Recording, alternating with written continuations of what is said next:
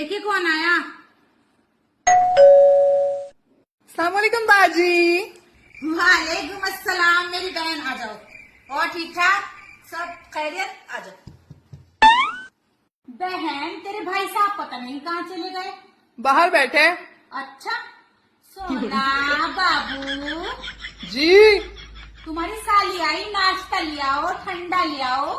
अभी ला रहा। ठीक है।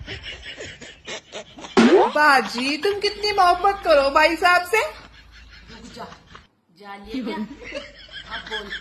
सोना बाबू ये सब कह रही। उनका नाम भूल गई मैं, मेरा उनका नाम नहीं याद है। इस घर में मेरा इतना काम है, सब्जियां बने, सब्जियों का नाम याद है और घर का नाम याद है, झाड़ू पोछा बर्तन सब याद है, सब भूल गई मैं। उनका नाम नहीं मेरा याद है।